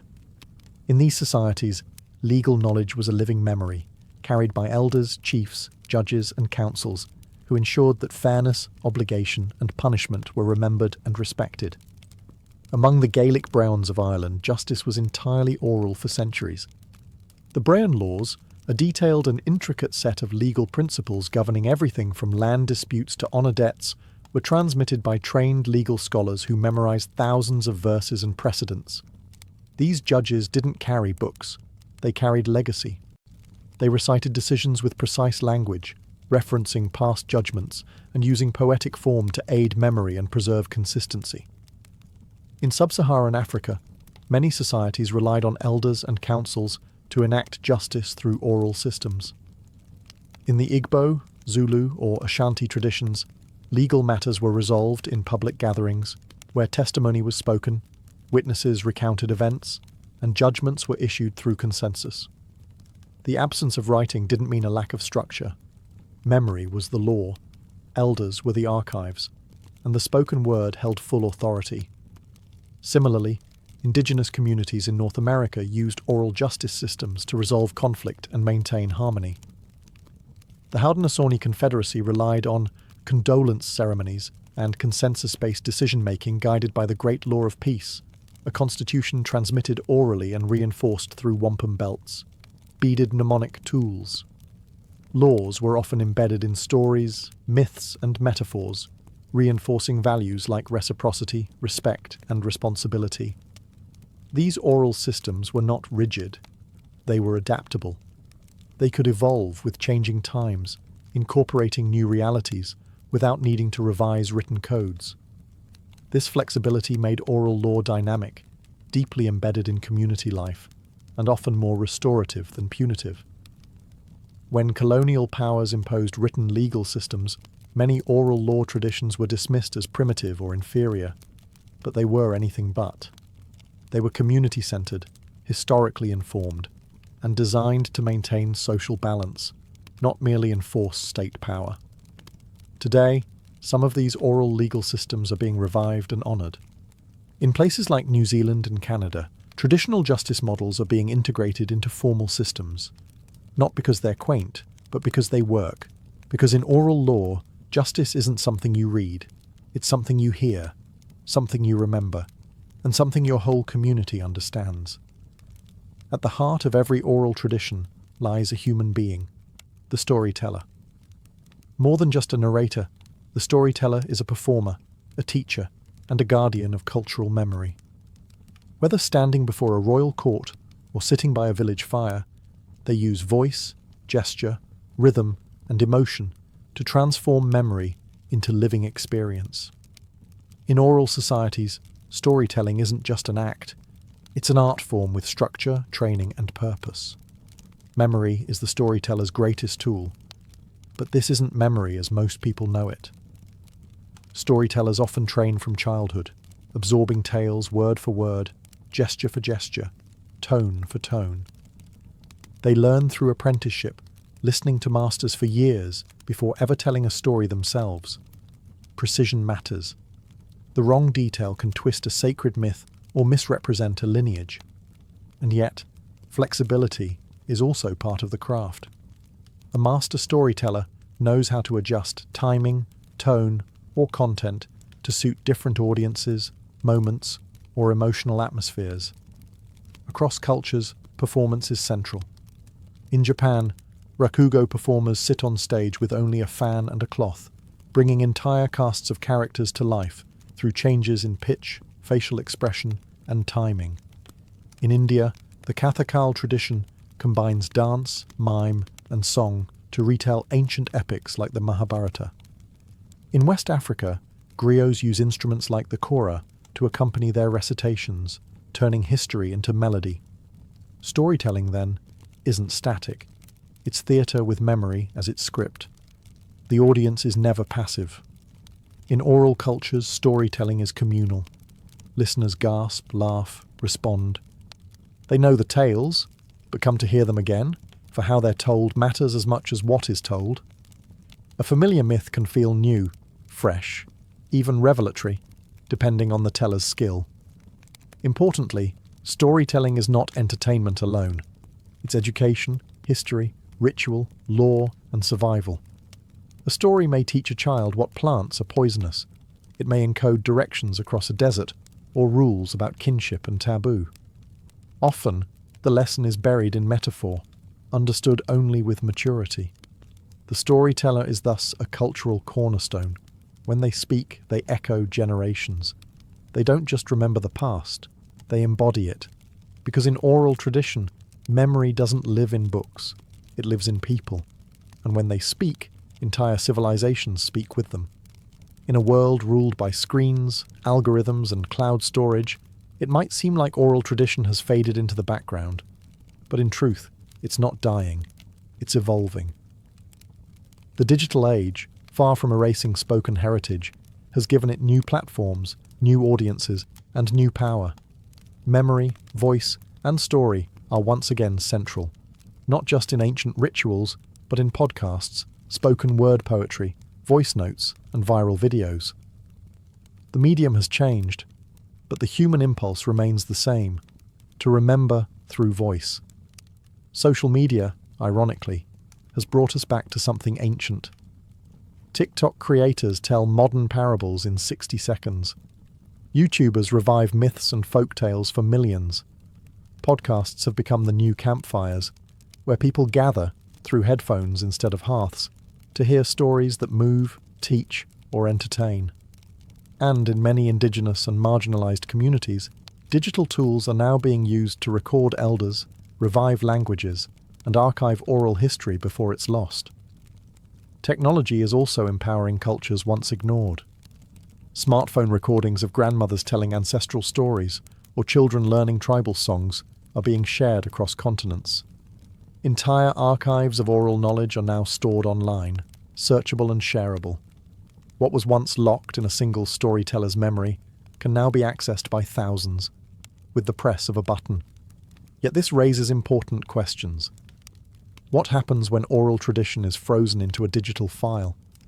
Can a recorded story carry the same energy, nuance, or spiritual weight as a live performance? Will future generations still know how to listen, respond, and feel a story in their bones? not just their ears. The digital world gives oral tradition permanence, but also detaches it from the living exchange that once defined it. A story told face-to-face carries gestures, emotion, silence, and community. It is shaped by the mood of the room, the age of the listener, the time of night. Can a story still breathe in a digital archive? The answer may lie in balance. Oral tradition doesn't have to vanish in the face of modernity. It can blend with it. Podcasts can preserve memory. Live-streamed storytelling can unite global audiences. What matters is not the format, but the intention. Because as long as people speak, and others listen, oral tradition survives. Not as a relic, but as a living bridge between past and future, and its next chapter is being written with voice, not ink. War. Tucked deep within Egypt's western desert, beyond dunes that roll like waves and sun-bleached rocks that shimmer under a brutal sun, lies the Siwa oasis, a place of improbable life and ancient mystery. Surrounded on all sides by arid desolation, Siwa is a mirage made real. Cool freshwater springs, groves of date palms, and olive trees where there should be none. But its true claim to fame is not its beauty or its isolation. It's the divine voice that once echoed from its sands. Here, at this remote outpost near the borderlands of Egypt and Libya, stood the temple of the Oracle of Amun, a sacred sanctuary dedicated to one of Egypt's highest gods. Amun wasn't just a deity of the Nile. His influence extended across empires, merging with the sun, god Ra, to become Amun-Ra, the king of the gods. But Siwa's oracle wasn't just a religious outpost. It was a spiritual beacon, a place where men came not to worship blindly, but to ask questions of fate and receive answers.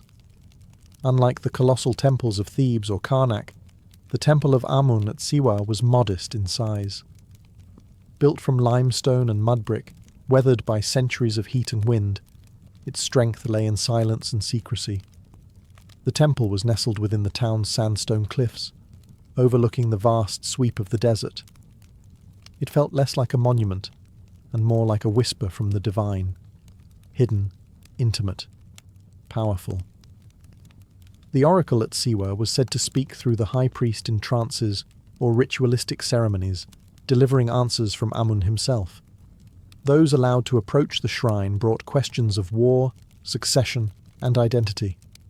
Not just common folk, but pharaohs and conquerors journeyed across the blistering sands, seeking a glimpse of their destiny.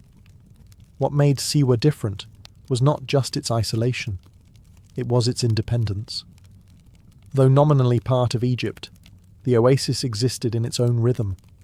Its inhabitants spoke a Berber dialect. Its priests were not mere tools of the state. They guarded the oracle with fierce autonomy. The desert itself was a barrier, both literal and spiritual.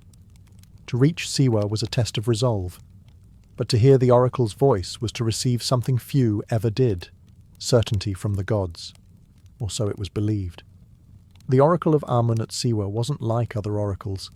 It didn't dwell in the bustling cities of Egypt or the rich temples of the Nile Valley. It existed in silence, surrounded by nothing but dunes and the haunting wind. This isolation gave it mystique and power. People believed that only in such stillness could the gods be heard. The rituals of the oracle were cloaked in secrecy. The high priest, acting as the mouthpiece of Amun, would retreat into the inner sanctum, where only a select few were ever permitted. There, in a chamber heavy with incense and guarded by thick stone walls, he would enter a trance-like state, his voice said to carry the weight of divine wisdom. Questions were asked in hushed tones. Answers, once delivered, were obeyed without challenge. The answers themselves were often cryptic, cloaked in ambiguity, yet full of meaning. Like the Greek oracle at Delphi, the oracle of Siwa rarely spoke in direct terms. Its power lay in suggestion, in offering direction without dictating fate. But unlike Delphi, the Siwan oracle was also deeply intertwined with Egyptian religious cosmology. It wasn't merely a seer. It was a channel of a god who was also king. Pilgrims came from across North Africa and beyond, braving the merciless journey through the western desert to hear the oracle speak. Merchants, generals, tribal leaders, and even kings arrived with offerings, oil, incense, gold, hoping for divine insight into the most difficult choices of their lives. Some came for personal counsel, others came with questions that could determine the fate of nations. The oasis itself aided the mystique. At night the desert grew quiet and impossibly dark, the sky blanketed with stars. The wind through the date palms sounded almost like voices.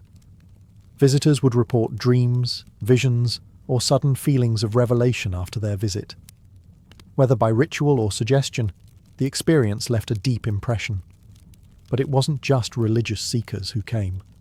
Political figures understood the oracle's value. To receive its blessing was to claim legitimacy, not just among locals, but across the Mediterranean world.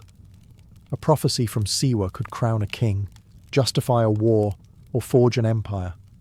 And soon, one man would test that very power, carrying with him a question no mortal had yet dared ask. Was he a god, or merely a king? In 331 BCE, a young conqueror rode into the Egyptian desert with a crown on his head and a question in his heart. His name was Alexander of Macedon, known to history as Alexander the Great. By this point, he had already defeated the Persian Empire in Egypt and had been declared a pharaoh. But titles weren't enough. Alexander sought divine affirmation, not from men, but from gods, and so he turned towards Siwa.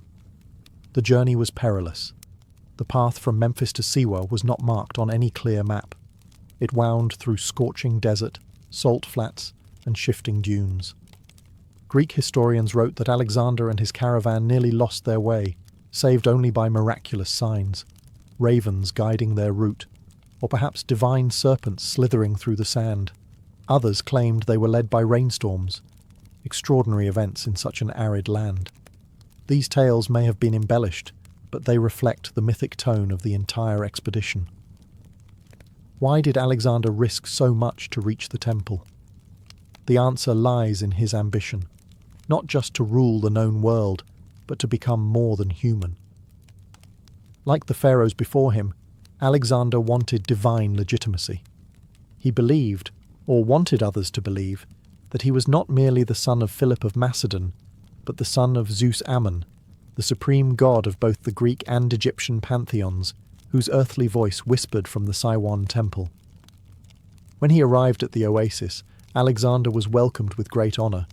The priests, likely well aware of his power and political reach, received him in the temple's inner sanctum, a rare privilege.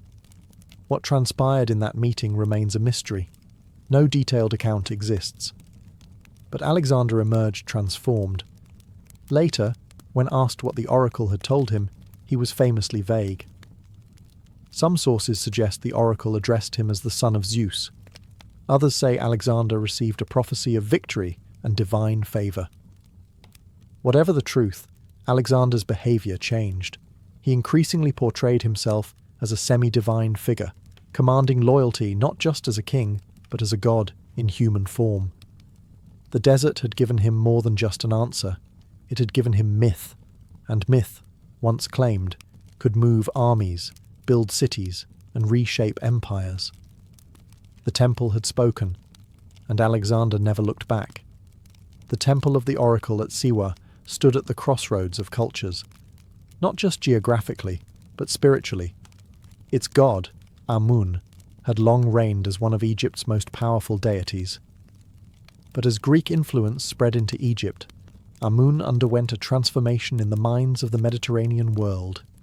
He was reborn as Zeus Ammon, a fusion of two supreme gods, Egyptian and Greek, united in the blazing desert of Siwa. This fusion was more than symbolic. It reflected a broader syncretism, the blending of beliefs, images, and rituals that occurred when empires collided. For the Greeks, Zeus was the king of the gods, thunder-wielding, bearded, omnipotent. Amun, for the Egyptians, was the hidden one, unseen, mysterious, the breath behind all creation. He was often depicted with a ram's horns, symbols of virility, power, and divine presence. When Greeks encountered Ammon, they recognized a familiar authority and gave him the name Zeus Ammon. At Siwa, this blended identity took on extraordinary weight. The priests there were Egyptian, trained in ancient rites, yet their fame reached the Hellenistic world. For visiting Greeks like Alexander the Great, the oracle of Zeus Ammon represented not only a divine voice, but a bridge between civilizations. If Alexander could be declared the son of Zeus Ammon, he could rule both Greeks and Egyptians with a single divine lineage. The imagery followed him. Coins minted during his reign began to show Alexander adorned with ram's horns, a direct reference to Zeus Ammon and his divine paternity. This wasn't a stylistic flourish, it was a political message. Alexander wasn't just endorsed by the gods, he was of the gods. This claim helped unify a vast empire where religion was as much a tool of rule as sword or law. Zeus Ammon's cult spread beyond Siwa. Temples were built or rebranded in his name across North Africa, Greece, and even parts of Asia. Pilgrims continued to make the trek to Siwa, drawn by the mystique of a god who was both familiar and foreign, both Greek and Egyptian. The temple had become more than a shrine. It was a cosmic junction, where empires, gods, and destinies met. In the echo of its oracle, one could hear the voice not of a single culture, but of a world in transformation. And in that transformation, Zeus Ammon reigned supreme. Unlike the towering pylons of Luxor or the sprawling avenues of Karnak, the temple of the oracle at Siwa was modest in scale, but monumental in meaning. Built into the limestone cliffs of the Akurmi Hill, the structure blended seamlessly into its desert surroundings, almost as if it had emerged from the rock itself. But this wasn't a flaw of grandeur, it was a choice. The temple's power came not from its size, but from its secrecy. Approaching the temple, pilgrims would pass through winding pathways and narrow gates, ascending toward a sanctuary carved into the hill. The complex included a forecourt, a small hall, and finally the Holy of Holies, the inner chamber where the oracle's voice was said to reside. This final space was off-limits to all but the high priest and select individuals, like Alexander. Its simplicity concealed its sanctity. There were no grand statues or golden shrines, only silence and the unseen presence of a god. The temple's design served a purpose, to disorient and humble. The tight corridors and sharp angles forced visitors to slow down, to lower their heads, to move with caution and reverence. In the desert, where vastness and exposure ruled, the temple offered enclosure and stillness. Light barely entered the sanctuary. Incense would have hung heavy in the air.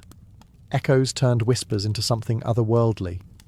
Scholars believe the temple may have had roof openings or vents to carry the priest's voice into adjoining rooms, heightening the drama of the oracle's declarations. From the shadows, a god would speak, and listeners would feel awe not because of what they saw, but what they heard. The architecture wasn't just functional, it was ritualistic theatre.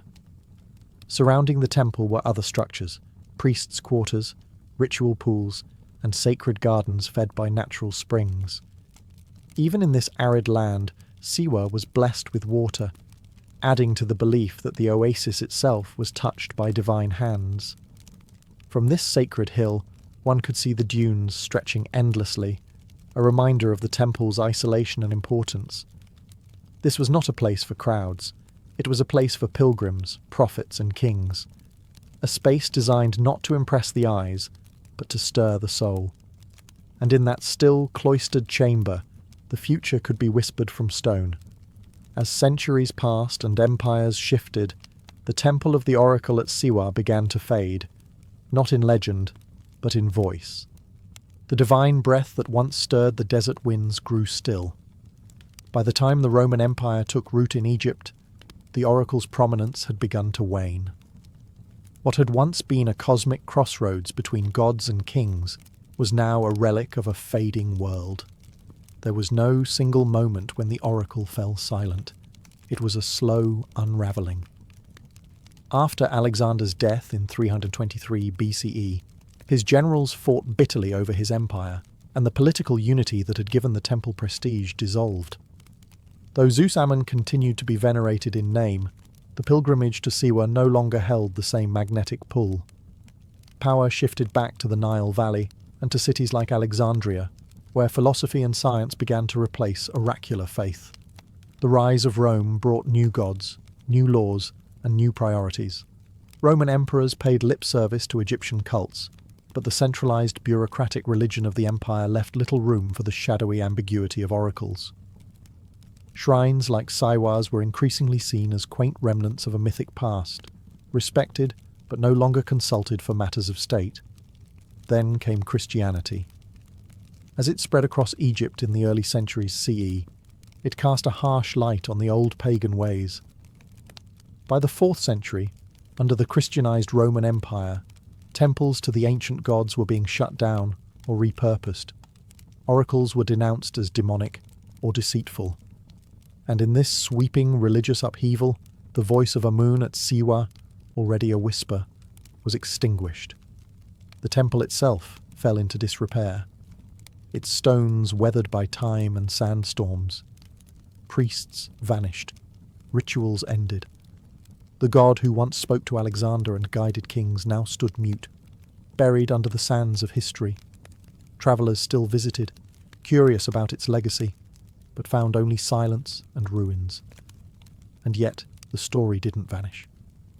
Siwa became legend, a place spoken of in hushed tones by scholars and dreamers. The temple may have lost its oracle, but it had gained something else.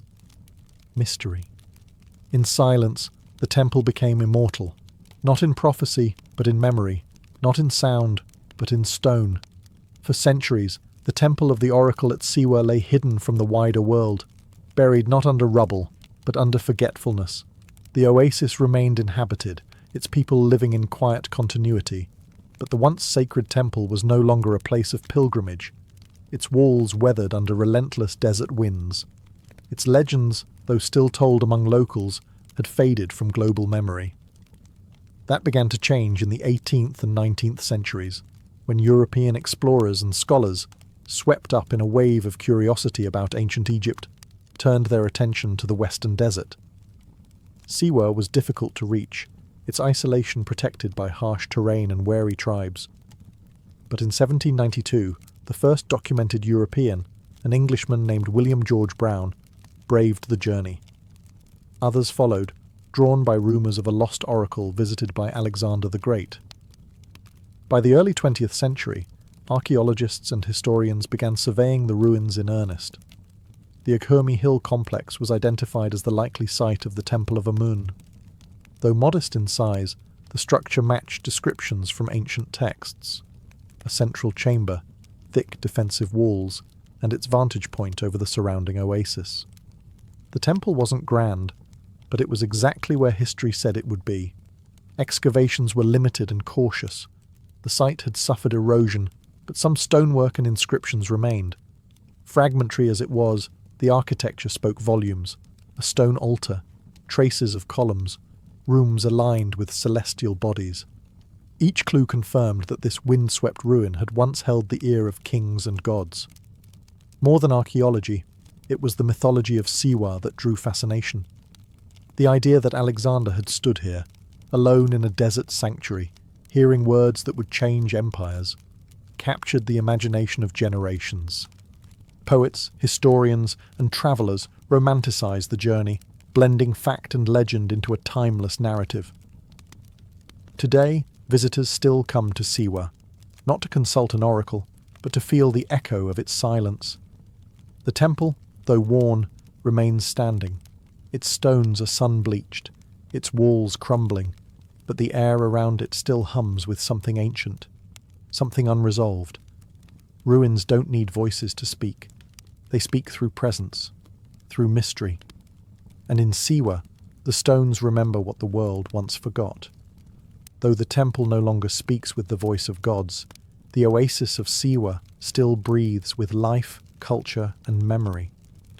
Far from being a forgotten outpost, Siwa remains a vibrant, living community, its people guardians of a heritage that stretches back millennia. The oracle may be silent, but the traditions it once inspired still ripple through the town's language, rituals, and rhythms. Siwans speak a distinct Berber dialect, known as Siwi, unique in Egypt and a testament to the oasis's ancient roots. Oral storytelling remains vital, just as it did in the days of the oracle. Elders pass down myths, family histories, and local legends, blending Islamic faith with pre-Islamic customs in subtle ways. Many Siwans still recount tales of Alexander's visit, not from books, but from memory. The architecture of Siwa also preserves echoes of the past. Traditional mud brick buildings, cool in the searing desert heat, line the town, and the ruined fortress of Shali, built from salt and clay, still towers over the oasis like a ghost of another age. The design of these structures reflects a continuity of form and function that has resisted change for centuries. Siwa's sacred geography remains powerful. Nearby springs and pools are still venerated. Cleopatra's Pool, a natural spring believed to have been used by the famous queen herself, remains a popular spot for both locals and visitors. Rituals tied to fertility, harvest, and healing still occur, many layered with Islamic prayers but rooted in older traditions. Even marriage festivals, like the annual celebration at Gebel Dakrur, preserve elements of Siwa's spiritual past. Families gather, songs echo, and matches are made, not unlike the ancient gatherings once held at the temple, where people sought guidance not only for war and kingship, but for life itself. In the modern age, Siwa has become a quiet pilgrimage site of a different kind, not for prophecy, but for peace. Travellers seeking escape from the noise of modernity come here to walk the palm groves, soak in the desert silence, and reflect on a time when gods spoke from stone. Siwa reminds us that history is not only found in books or beneath the ground, it lives in people, in custom, in memory. And through them, the oracle still murmurs, not in thunder, but in whispers. The temple of the oracle at Siwa may no longer stand in its full glory, but its legacy endures, in myth, in memory, and in the minds of those who seek meaning beyond what is written. For centuries, its voice guided kings and comforted pilgrims. Its silence today only deepens its mystique. Few places in the ancient world held such a profound air of sacred uncertainty, a space where questions were heavier than answers, and silence could feel divine. Siwa's oracle lives on not in revived rituals, but in the stories we continue to tell. Alexander the Great's visit remains one of history's most compelling crossroads. A mortal man, surrounded by sand, seeking to confirm that he was more than human.